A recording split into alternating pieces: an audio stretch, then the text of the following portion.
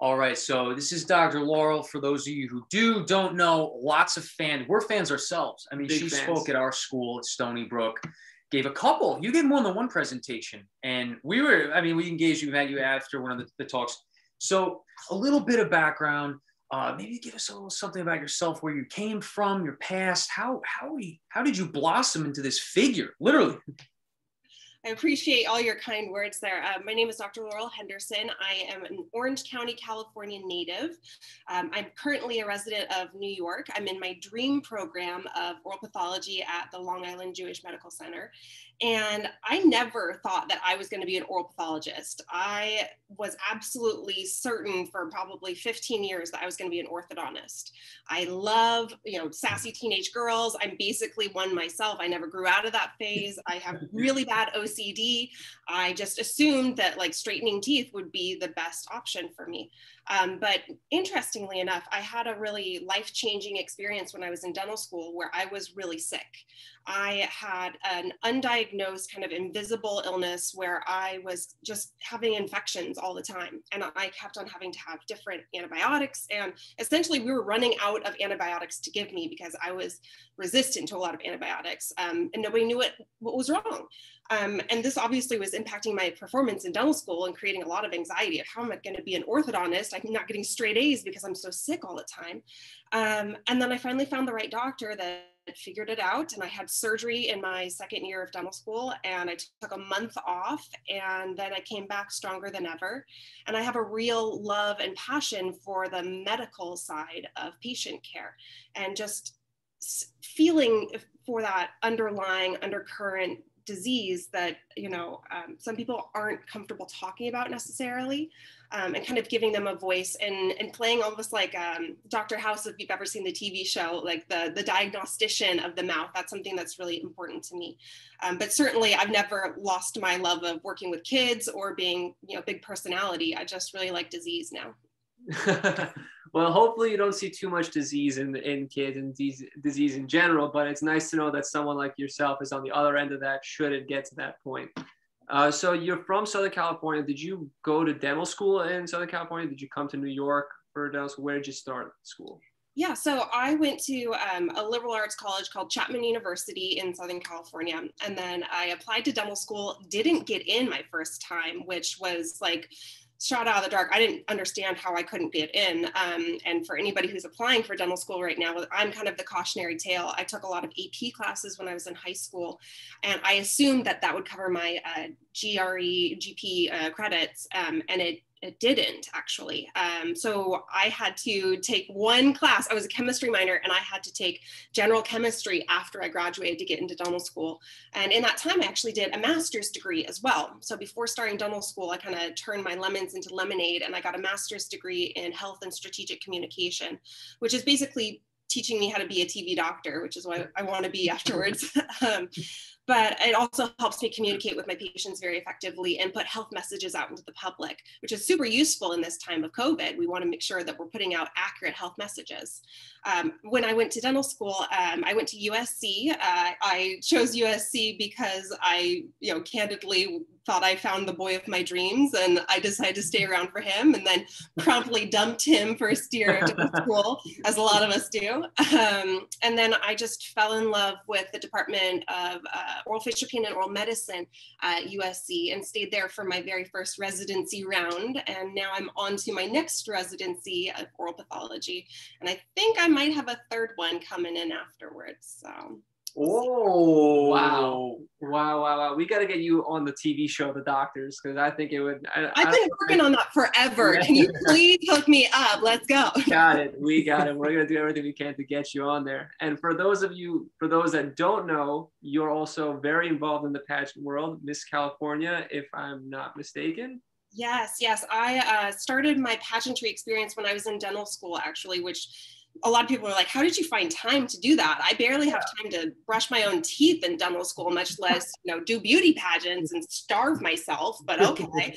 I won Miss California in 2019. I had the longest reign of anybody because of COVID. And I served my reign in New York in a pandemic hospital, which was historic, as you can imagine. But I started pageants as kind of like my interesting inroad into the world of orthodontics. I met a really inspiring woman who is actually a captain in the Navy. Her name is Captain Corinne Devon, and she is an orthodontist. And she was Ms. United States. And I met her when I was in dental school, and I was like, oh my gosh, this woman is incredible. I want to be her. And I entered a pageant just a couple of weeks later, won it, and then I just never stopped. That became my kind of competitive outlet. So I wasn't that really annoying gunner who's like, look at me, like I'm so smart. You know, I could actually focus on myself and improving myself. And I think it's one of the most important life experiences I've had, because it helped me understand a different way of helping people. It helped me recognize that my brand is actually working with women who are survivors of sexual violence. That's something I never would have done any other way, because I had to have some sort of platform to speak about a project, so to speak, for pageantry. And I'm a survivor myself, and it gave me the courage to speak out. So really, it's like Girl Scouts for adults, I think. It's really good.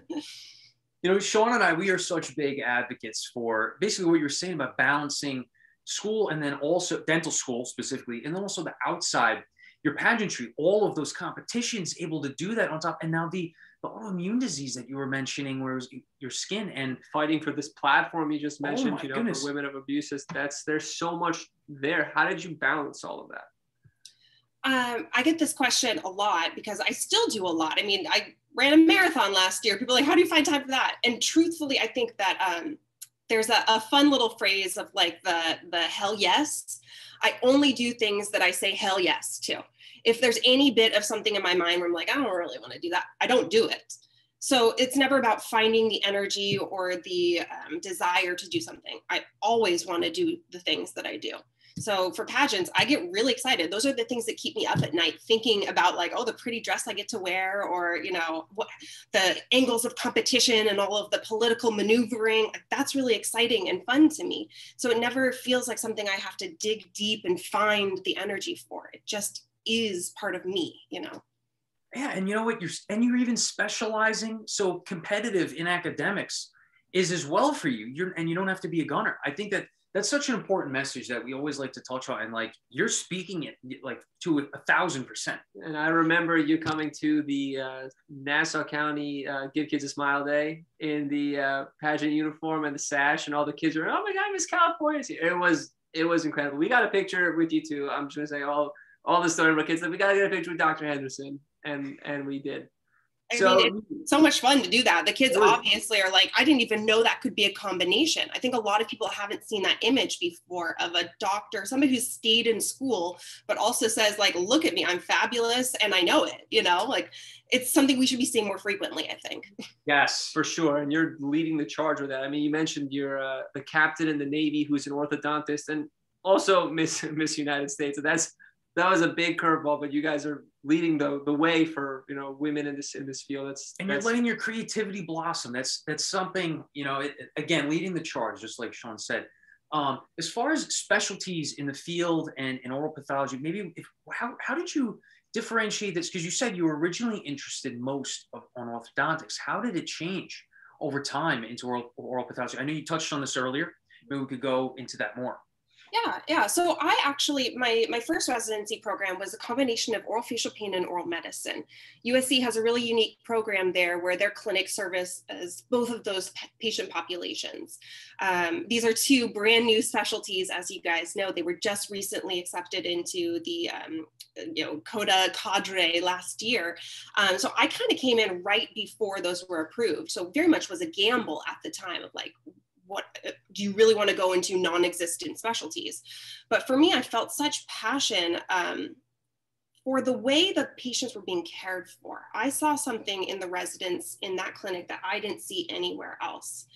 The residents were touching their patients as if they were touching their grandparents. There was care and love. They sat down where their chair was equal to their patient's chair. They were not coming to them from this paternalistic, I'm the doctor in the white coat perspective, but just as two people in a room trying to figure out a problem. And that really resonated with me. During dental school, I kind of had this feeling like, oh God, I could have gone to medical school and crushed it in medical school. And part of me was like, I really want to go run around like a hospital and do all the on-call Grey's Anatomy lifestyle. I want to date an attendant, whatever, like all of that stuff. And I just had this like medical side to me that I felt like I wasn't scratching that itch at all. And then I saw this combination of specialties. And I said, I don't know anything about these, but I want to know more. So I started shadowing in that clinic. And one of our like legendary docs at USC, his name's Dr. Parrish Sedgazadeh. He's an oral pathologist and he ran the oral medicine clinic there. And he just is this shaking chihuahua personality, just like so excited about life. He freaking does parkour over the walls. I mean, he's so cool and he's brilliant. And he makes people want to get involved and pick their own brains and figure out how much they know about disease and about all kinds of disease, human disease, breast cancer, colon cancer, not just oral, but all of medicine. And I said, man, whatever this guy is doing, I want to be part of that because that energy is infectious. It brightens your day up, So I just started shadowing him. I wanted to be him. I still want to be him, my goodness. And I realized that I wanted to be part of that clinic. So I applied and I came in with a very different perspective. Obviously, this is a brand new specialty. They only really had older dentists going in beforehand, people who had already seen the sequelae of life. They see people with TMJ problems. They're like, I never learned this in dental school. How do I figure this out? So I'm a freshly minted dentist who says, I don't know, it just seems fun and cool. I want to do this. And it was the right combination for me. Now, pathology was something I never thought I was going to go into because I thought pathologists were these like really bookish nerds that were basically like human computers, like supercomputers that just knew every single disease and all these chromosome alterations. And I'm like, I'm the furthest from that. I'm this big personality that, wants to be giving out stickers all day long. Like I'm not a pathologist, but that guy, that mentor who took me underneath his wing and said, I believe in you. I know that you love disease. I know you like the weird, gross stuff. Like, let me teach you. Just come sit knee to knee with me at the microscope and I will teach you. And I feel like that's what makes these specialties so unique and so different is that it's very much an apprenticeship. It's a passing down of experiences and passion. And if that passion catches you, it's the right place for you to be. And for me, it's just the right place for me. I want to medically care for my patients. And that's the true essence of what we do is we combine medicine and dentistry into this beautiful love child. So good. Doc, your passion is literally flowing through the screen. And I'm sitting here right now. I'm like, oh my God, I have so many questions. I'm getting a little, I'm getting fired up right now. I'm not going to lie.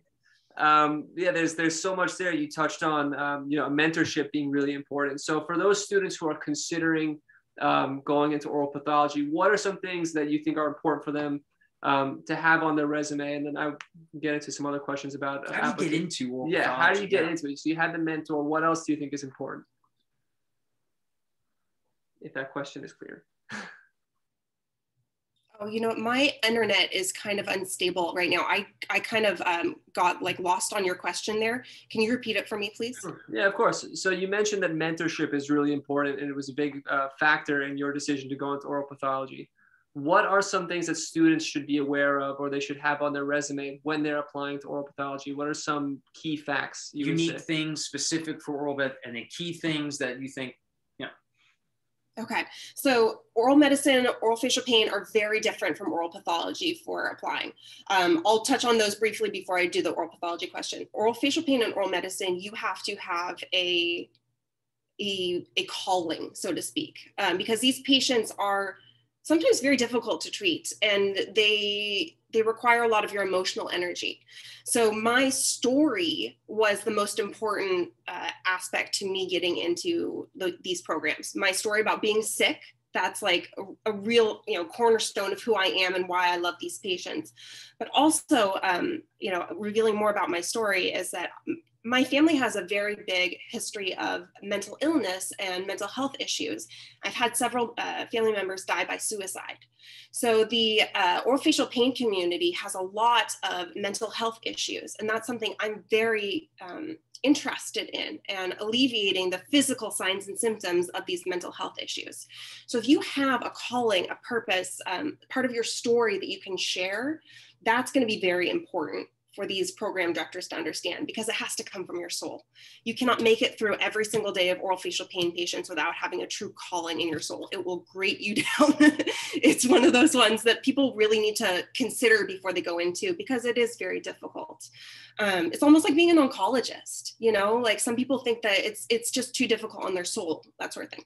Now, oral pathology is different. You don't have to have the same calling, but you do have to have pedigree. So you have to have somebody that can say, look, I sat knee to knee with this person at the microscope. I know that they have a foundation that's strong enough for them to come in. And you kind of are banking on that person's reputation within the pathology world.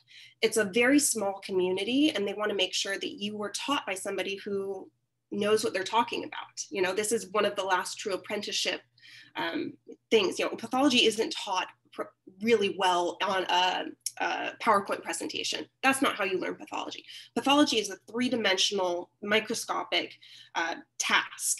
You are literally reading through layers of tissue with your microscope. And so to have those skills and that relationship, the apprenticeship, that's really important. So if you don't have an oral pathologist to learn from, you need to seek someone out in your community who can be that person for you, because you won't get in without another name to hang your hat on.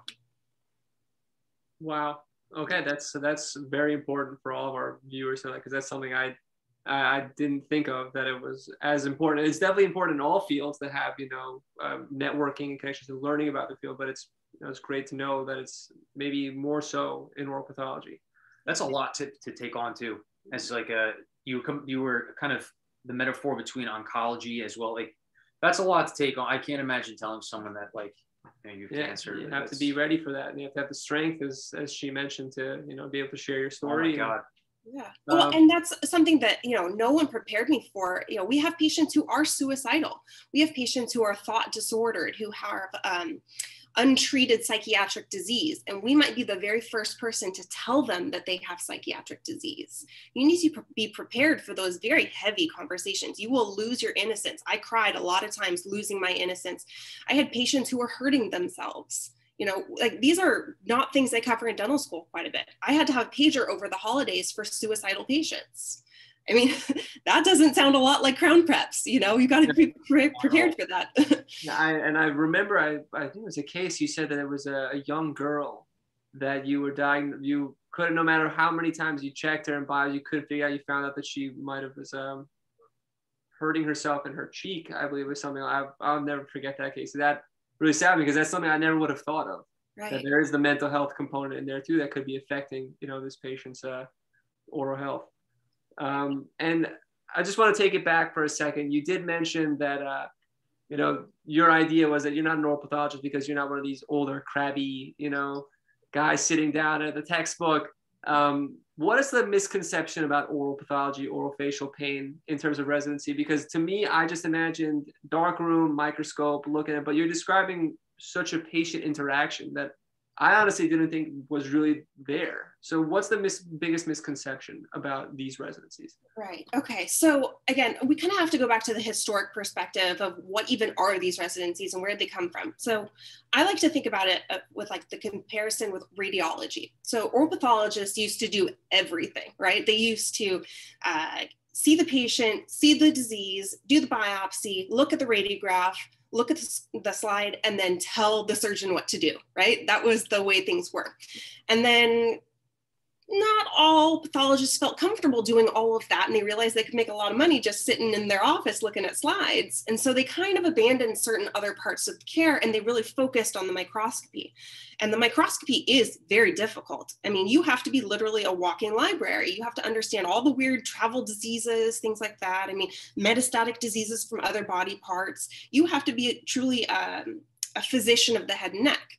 Now, oral radiology kind of branched off because there's a small subset of people who are like, hey, if we just look at the radiologic images, we could probably do a great service for these patients, take some of the burden off of the oral pathologists, and they can, you know, ask us for our opinion on things. That's a very easy way of sharing things. And that was respected and understood for quite a while. Now, oral medicine is basically the clinical patient care aspect, because a lot of oral pathologists weren't seeing patients, and it's very difficult to get patients in. So oral medicine docs basically do the clinical diagnosis. They'll do the biopsies. They're basically like dermatologists of the mouth. And they send their biopsies to the oral pathologist, who looks at it underneath the microscope and says, you know, this absolutely is pemphigus, or it is, you know, whatever, X, Y, and Z. And then orofacial pain is the neurologist of the mouth. So there's nothing for them really to look at, but there's all of these tests that we do, and we look at nerve blocks, and we prescribe a lot of medications, anti-epileptic drugs, lots of TCAs, tricyclic antidepressants, SSRIs, things like that. So it really is a pharmacology heavy specialty. So was that your question? Did I answer? No, and you gave us so much more. Like you mentioned that there's the 3 branches of this field. Correct me if I'm wrong, orofacial pain, oral pathology, and the last one, oral medicine, all 3. Yeah, so you got all that in there, which is very important for all of us to be aware of. Yeah, that was huge. That was a heavy answer. A lot of us don't hear about these when we're in dental school. It's kind of one of those like outside ones that you're like, yeah, that exists, but like, what do you even do? Like, is it just TMJ all day long? Like, I don't know. And in reality, I mean, I'm going to take my orofacial pain oral boards in like a week and a half. The things that we are discussing are like CSF related headaches. You know, you have people who have significant congenital disorders, people who have hypnic headaches, nighttime headaches. You're basically working on only medical conditions, you know, so it's TMD is a very small percentage of the specialty that we have. Just like pathology, you know, there's as much disease as you want to learn. It's not just, you know, cysts all day long. There's a lot. Well, good luck on your boards. I think sounds like you're gonna do great, honestly. But good luck. Knock on, please. Knock on wood. I got no wood over here too.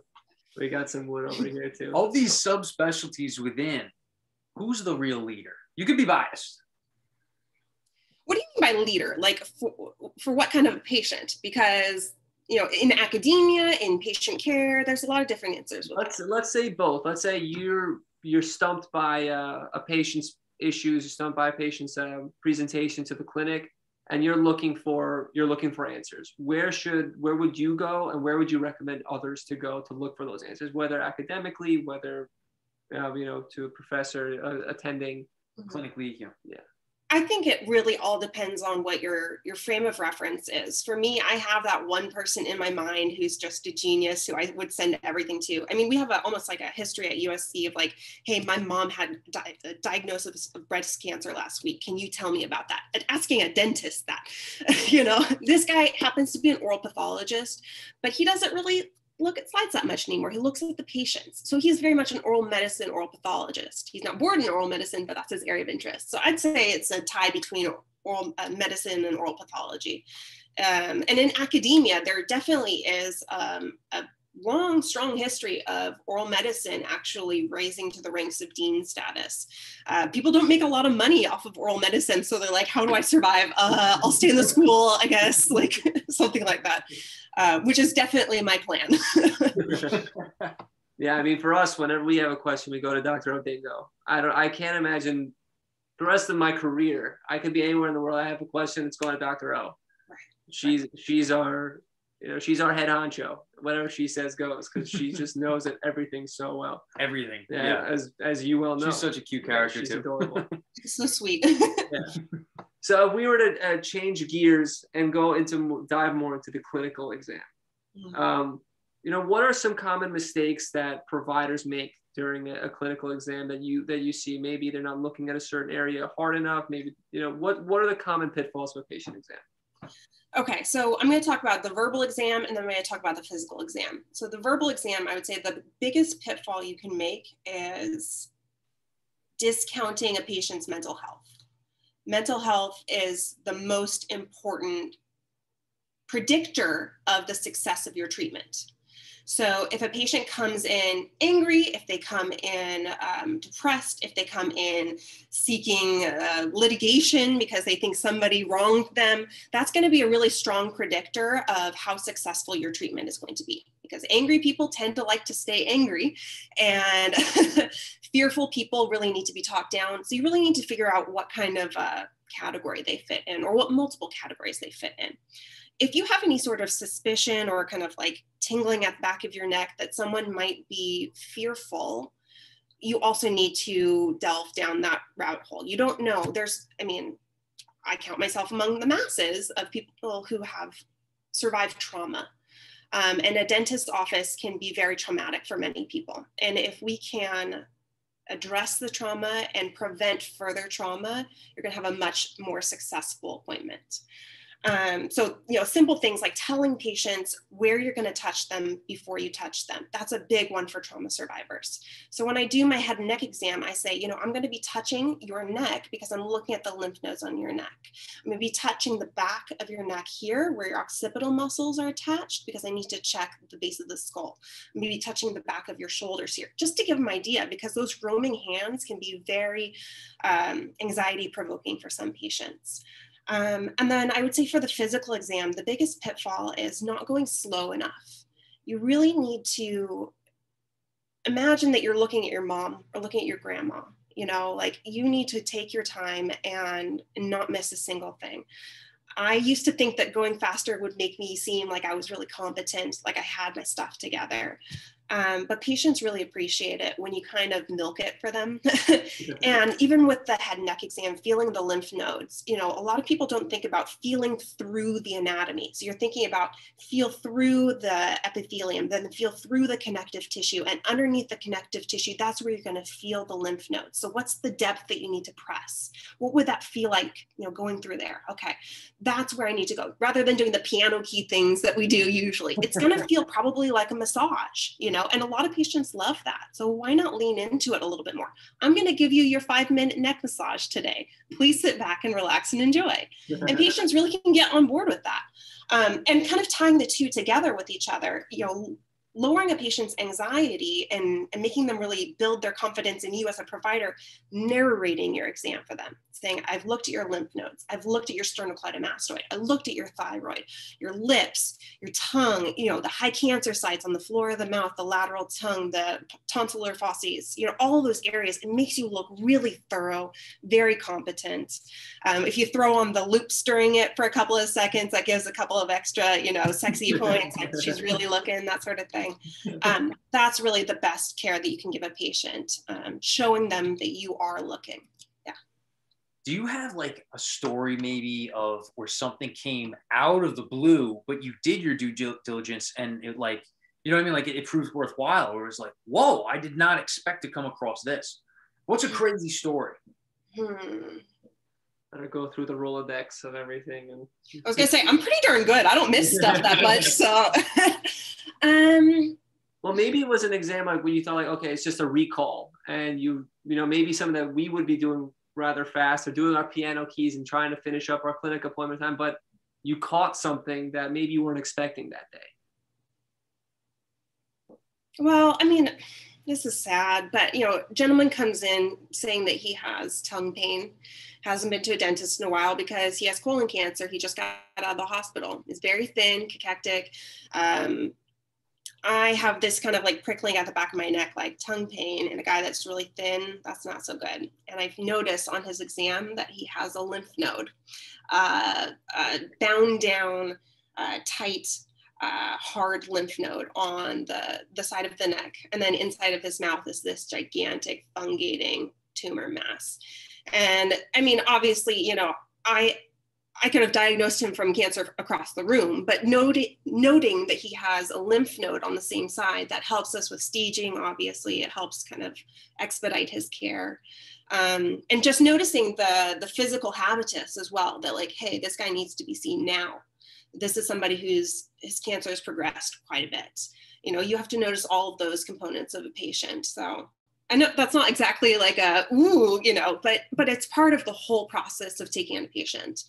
Yeah, but then the educational experience behind this, like, how did you go about maybe taking the next step to maybe explaining this diagnosis. Yeah. That's, God forbid. I mean, yeah. I mean, well, that's again part of the calling to this field. If you feel called to oral medicine, you will be giving people the news of cancer. I saw that during my rotation that changed my life. I saw an older woman who had proliferative verrucous leukoplakia, which is basically like little white patches that eventually on the long enough timeline will turn into cancer. So you got to keep them at close follow-up so you can get it early and treat them. This woman, unfortunately, was lost to follow-up for quite a while, and she had caretakers that were family members. She wasn't, demented or anything like that, but she was old enough that she needed caretakers, and it was cancer at the time we saw her. And there was a moment in the chair where her family members were looking at her, and they just decided that they weren't going to treat, and that broke my heart. That we can prevent patients from having life-ending cancers. So when I give patients the news that they have cancer, I just think, I have been trained in this. I have that master's degree in health and strategic communication. So it's almost like I was set up for this from the very beginning. And I always think of what I would want if I was in this situation. I would want a plan. I would want to know what to do next, because obviously, you're going to be lost in that moment of like, I just got the big C diagnosis, right? Like, I'm not going to remember any of this. I just remember how I feel right now, which is horrible. So what I like to do is I like to create a packet for them beforehand. And I actually like to call an office that I want them to go to afterwards. So they're already expecting them. So we have an ENT that we like to send people to, and we, print out directions from our clinic to their clinic. We say, okay, here's what you're going to do next. You're going to have somebody pick you up. I don't want you driving. I need to make sure that somebody else knows about this diagnosis, because some people actually will get in the car and they'll never tell anybody, or they'll get in the car and they'll get into a terrible accident because they're so distraught, or they'll intentionally get into an accident and unfortunately die by suicide. So you want to prevent all of those sequelae. So you say, I want somebody to come pick you up. Here are the directions to get to this office. Here's a letter of what we know. Here's the diagnosis. Here's the microscopic description. Here's the staging that we know of. And I want you to go over there and have an initial consultation right now. And that, I think, is very helpful because it's very objective. They know what they need.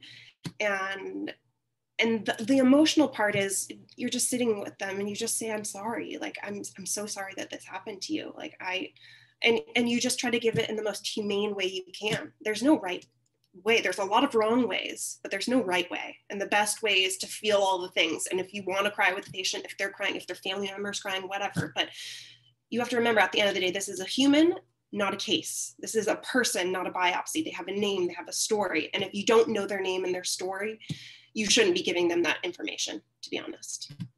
And one more runoff on this topic. For the clinicians, that are listening in on this, that when we put it out on across YouTube and our platforms, Dr. Henderson, what would be maybe 2, 3, the 5 most important places on a clinical exam to maybe be the person to prevent that life-ending cancer diagnosis, say, for example, like you said? Okay, so big money, right? I want to think about like anatomy, right? Because our face is so close to so much vasculature, right? So the things that make cancer bad are perineural invasion, lymphovascular invasion, right? So wherever there's lymphoid tissue, wherever there's nerve tissue, wherever there's vascular tissue, you want to be really, really cognizant of like, that's where bad cancer is. You don't want to miss that bad cancer. So where I think of a lot of lymphoid tissue is that Walder's ring at the back of your throat, right? That's an area that you want to look at. When I think of vasculature, I think about the base of the tongue, right? Bigger arteries are going to be down there. Floor of the mouth, same thing. There's a lot of little coursing pathways down there. So if you think about the tonsils, the back of the tongue, the floor of the mouth, those are the big money areas. I don't want to say more tongue is more important or gingiva is more important. All areas can have cancer, but I really want to think about where is it going to travel bad, quickly. Soft palate as well, and hard palate, because those areas, if cancer travels up and back, it travels to the brain, right? And that's non-operable cancer. So always look at the soft and hard palate too. And an area that you can't look at, but you should be asking about is the throat. Asking patients if they have any difficulty swallowing or if they have any lump in the throat sensation, because we have an epidemic of HPV-related squamous cell carcinomas right now, in men specifically. Those typically show up in the tonsils, and you just need to ask in that area, like, hey, you got any lump in your throat? Because maybe you can't see it, but there might be cancer there. Spectacular. Yeah, Wow. that's huge. Oh That is huge. So on that note, do you find is the most common misdiagnoses that end up with you or referred to you, either good or bad? Maybe somebody thought it was something worse and you're like, no, it's a fibroma. Or maybe somebody said, oh, this is nothing, but we'll send it anyway. You're like, no, you caught something big. So what are the common misdiagnoses out there? Yeah, I would say the biggest impression that I've gotten in my pathology residency is like, submit all curetted tissue. Anything you curette out of an extraction socket, sometimes we're like, whatever, it's just granulation tissue, it's no big deal. You can have cancer in there. That's the real thing. I've seen so many cancer arising in cysts, cancer arising in extraction sockets. You really need to submit all of that stuff. And I really wasn't taught that in dental school. So any tissue that comes out of the body, especially soft tissue, you need to be submitting that. That's, very easy location for cancer to be hiding, where you're like, I didn't even know, I thought it was normal looking. And I will never penalize somebody for sending too much tissue. Send me all the fibromas, send me all of the, mucoceles. I don't mind, because there could be mucoepidermoid carcinoma in a mucocele, you just don't know. If there's anybody who's going to see the weird stuff, it's going to be the pathologist. And you're going to be thinking you're lucky stars that you sent that one, benign looking thing, and that saved that patient years or whatever, Send it all. Send it all. I love it. Give me all your tissue. Send it all to Dr. Laurel Henderson. Yeah. For sure. And I know a lot of doctors are worried about, how do they sell that to their patients? It's an extra expense. It's an extra report. It's an extra phone call. All of this. How do I explain that? But derm does it, right? And all other surgeons do it. So why don't we treat ourselves like doctors, the doctors that we are? This is standard procedure for all of these other professions, and just say, this is our policy. This is the best thing for you. And I'm sorry, I don't feel comfortable taking this tissue out if we're not submitting it. It's preventative. You're right. Yeah. And do you feel that there's that misconception around, because it's oral health versus like dermatology, when you say, yeah, I want to biopsy as part of your skin, maybe patients are a lot more willing to go through with that, maybe because they're more aware of, melanoma, but maybe not as aware of squamous cell carcinoma or the other types of cancers that are out there. So how do we educate those patients on the need for biopsying? Yeah, I think that really speaks to a larger community issue, obviously, that hopefully some wonderful TV doctor will be able to educate the world about someday, maybe. But truly, it's the beauty of being a dentist who has a relationship with their patients. Every single appointment should be education.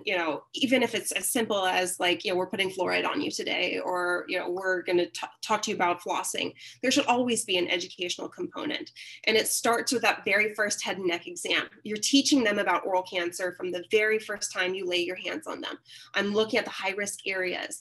The head and neck cancer rate in this country is much higher than it needs to be. This is a preventable, it's a cancer that we could treat very easily if it's caught in an early stage. So that's why I always check and set that example, checking every single time. That's how community awareness is raised. My dentist always does it. Your dentist doesn't do that? Oh my gosh, like you're getting half decent care there. You should come to my dentist. They do a really good job. I get a massage. It's great. You just have to be that beacon on a hill for the rest of the community, I think.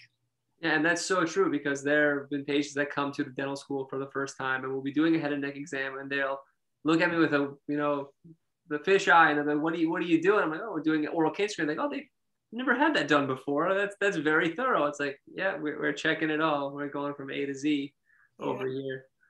In a changing gears almost, I have a question here that I think would help a lot of people. What are the manifestations of orofacial pain and the best ways to diagnose it?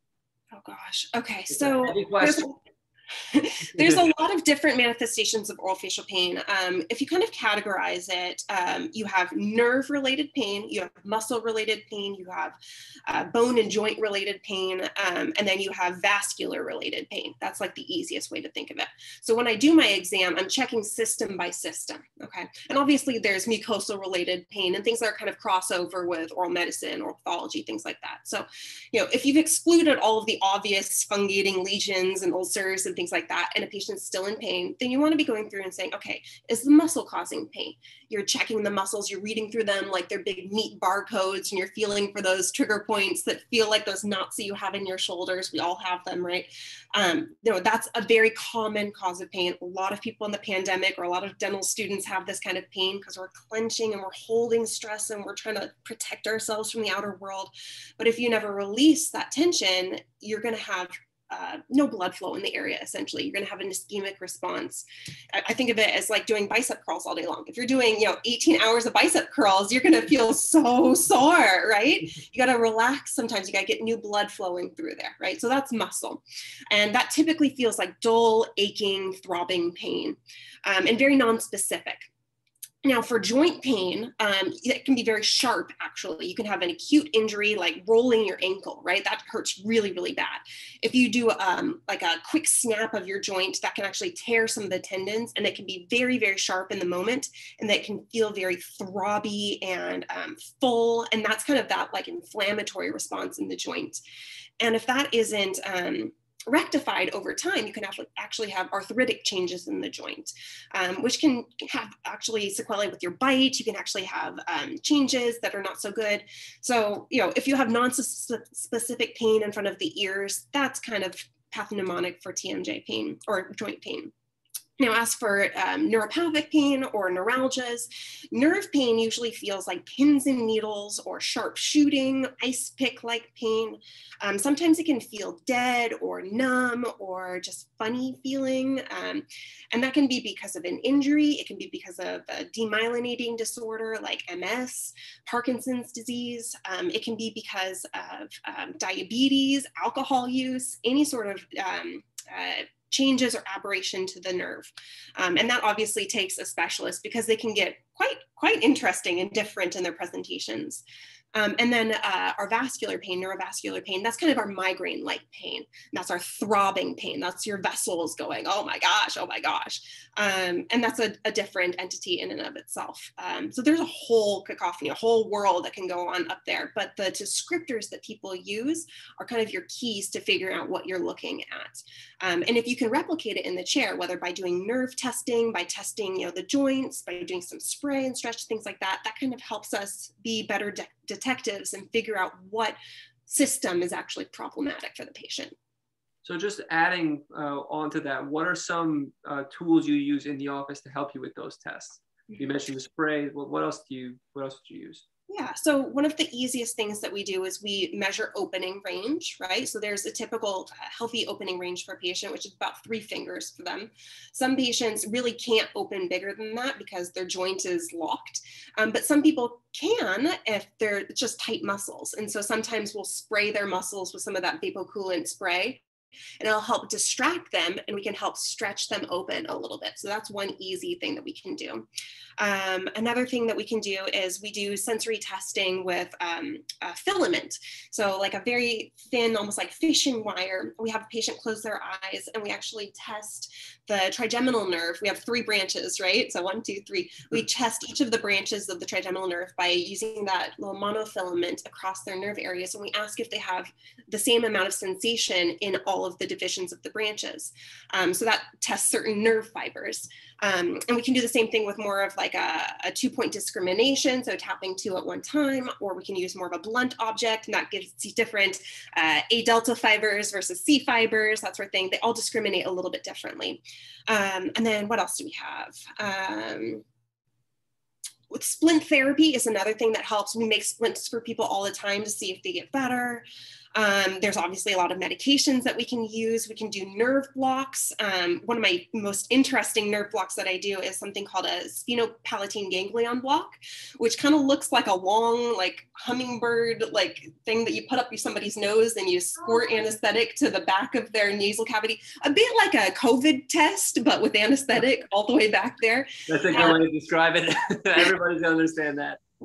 I suggest you look it up. It's pretty wild, but it helps diagnose migraines, actually. There's a lot of really cool things that we do there. We're experts at cranial nerve exams as well. So we're the people that use the tuning forks and we check people's hearing. I use an otoscope and look inside their ears. I'm the person who, what else do I do? Oh, I look inside people's eyes as well. I mean, you name it, I get to do all the fun stuff. It sounds like Name It and Dr. Laurel Henderson does it. This has been like an incredible crash course and review of so many important things. This was so much fun and such a big help to me. I learned a lot today. I can't wait to review this. I actually have a couple more clinical questions if you do have the time. Sure. Some of the things, I mean, so let's really, because there's a big audience on social media that sees things on TikTok, Instagram, Reels, videos, whatever it is. What do you do though? So for example, there's a circulating reel TikTok going around of a girl with locked jaw. As a clinician, and to kind of like, remember we were saying when a patient has cancer, we're coming up with a plan for the patient before we walk in the room. What about to inform our viewers a plan if they are to come across lockjaw, like, oh, I can't have it. What if they were to have lockjaw one day? What are, say, 3 things that they should do and be aware of? Sure. Okay, so typically a wide open lock, that's going to be something that you have a history of locking and you are now at a new arena of locking. Like this is a worse lock than you've had before. So this is probably not going to be the first and the worst. People who typically lock freak out. They are like, oh my gosh, what is happening to me, right? And that freak out, when anybody freaks out, your muscles get tight and they contract, right? So actually I have a skull, hold on. Okay, so. Oral pathologist. Awesome. Yeah. Always have one around for purposes of learning. So when we open, we have to get our condyle over articular eminence, right? Or we have to get it kind of near it. So this is not so easy, right? So this is our normal opening range, okay? When somebody is locked, it's forward, all right? And we have these big strap-like muscles that keep our jaw closed, our masseters, right? They're tight, big muscles. So do you think it's easy to get past this eminence when your muscles are really tight and squeezing down? No, it's going to keep it really tight and in front. So you need to relax those muscles somehow so you can actually stretch yourself back. So the first thing I say is, okay, mentally relax yourself. If you're not mentally relaxed, your muscles will not relax either, okay? So whether you need to count to 10, whether you need to breathe a couple of times, or if this is your child and you need to kind of model like relaxing for them, that's really important. A lot of parents are the people who do this for them. A warm hand or a warm washcloth is the next best thing too. Like, okay, I'm relaxing these muscles, I'm calming down. Okay, all right. And so once those muscles are relaxed, they're more pliable. And then we can start thinking about manipulations. And the movement you want to do is down and back, down and back. That's if you're doing it on somebody else. If you're doing it on yourself, there's another way. If you feel in front here, open your mouth, you're gonna feel your coronoid process here, right? You can actually push back on your coronoid process as you're open, and that'll push it back into position as well. So if you have a unilateral open lock, you can just push back that way and the muscles will be open wide and you can push it back that eminence and you should be fine. So those are the 2 ways. If you're doing it on somebody else, nice warm hands, down and back, down and back. If you're doing it on yourself, pop it back this way. If you're doing it as a provider though, we like thumbs on top of molars wrapped in gauze and loop it back in, that sort of thing, yeah. That's a huge help, because you see this TikTok video with this little girl, she's punching her jaw. Like, that's not the way to do it. So no, this is very, very applicable education. This is very big, important. I want to go on another thing. Some people see Bell's palsy, as you know, from they get Botox. Sometimes even we've seen the results of sometimes people getting vaccinations, they're experiencing Bell's palsy. What to kind of like maybe I'll hand it over to you. What is Bell's palsy? What are you experiencing? And then what to kind of do from there? Okay. So Bell's palsy is typically a transient facial nerve paralysis. So the facial nerve is the nerve that allows you to emote and express with your muscles. It's a movement nerve. So you can't do the things that you would usually do when that nerve works. So one of the things that you can't do is you can't close your eye, right? So you're going to have this weird looking eye over here, and your eye can dry out, which can be problematic. So some people notice, putting an ointment on their eye, putting a cotton pad that's, soaked in saline or, contact lens solution over their eye to keep it moisturized. That's something they can do. You might not be able to smile. You might feel like you have that like stroke face, that sort of thing. You might also have some autonomic effects, like you might have some more reddening of the cheek, things like that. But essentially, it's like, non-capable movements on this side. There's a couple of different reasons why people get Bell's palsy. It could be just from an injection at a dental appointment or from cosmetic purposes, or whatever. An injection that anesthetizes the facial nerve, obviously, for the duration of the anesthesia, you might be a little dead on that side, which is fine. We just warn them about that before we do it, and we say, okay, well, you're the person that your anatomy is that way, it dictated that way, and it'll get better in a couple of hours. Now, other reasons why people can get a Bell's palsy is they have a viral inflammation of the nerve. So herpes zoster is a good reason people have it. They can also get ear symptoms as well. They can get changes in their ability to hear, things like that. And if it's a virally induced Bell's palsy, then obviously you want to treat the viral phenomenon. Besides that, all of the other things that could happen, those are really things that a specialist would want to look at. There's a couple of other different reasons that might scare people, so I don't really want to go into those that much, but essentially the most common ones are an injection of anesthetic and a viral infection. Yeah. This is great. And so now I want to just, and oh my God, thank you. Like I want more, because this has just been such a valuable session hopefully for both of us. Practical questions. Dr. Laurel, where do you see yourself in 5 years? Is it in a clinical setting? You kind of touched on maybe academia. What do you think? Okay, so truth be told, I'm applying to a third residency. So is that more than 5 years, or is that like?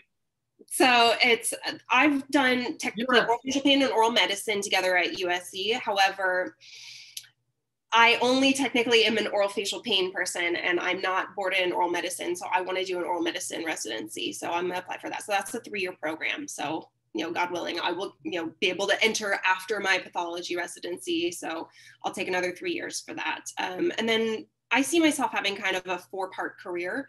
I just don't want to do one thing. I like doing many things. So I see myself doing academia for sure. I want to teach. One of the greatest pieces of advice I've gotten was from my program director, Dr. Glenn Clark. He's the USC Oral Facial Pain Director, and just a genius of a man. I mean, truly one of the godfathers of oral facial pain. He said, be a dog breeder, not a dog catcher. And that's just about all of the misinformation in the world, especially in these specialties that are very poorly known. Instead of chasing down the people that have the bad information, just teach the next generation. Teach them the right way, create good new doctors. And that good is much more powerful than the bitterness and the anger that comes out of like this one person who keeps on doing this thing wrong, So academia. And then I'd like to do a little bit of private practice oral pathology, because, I don't want to forget that skill. I'd like to, I have a couple of mentors outside that I'd like to work with them a little bit. And then I'd like to teach CE and teach the world about, the combination of medicine and dentistry that I think really should be integrated in hospitals across the country. I really do think dentistry should be part of medicine. I think that's the next phase. And so maybe working in legislation and things like that might be useful to me as well. And then the fourth and the most fun one, obviously, is becoming a celebrity TV dentist. I want to be an oral health correspondent. And I do some of that work already. I recently had an interview with the New York Times working with them a little bit. So I'm on that path, but I'm trying to formalize it a little bit more. So we'll keep in touch with that. And on that, are you on TikTok yet?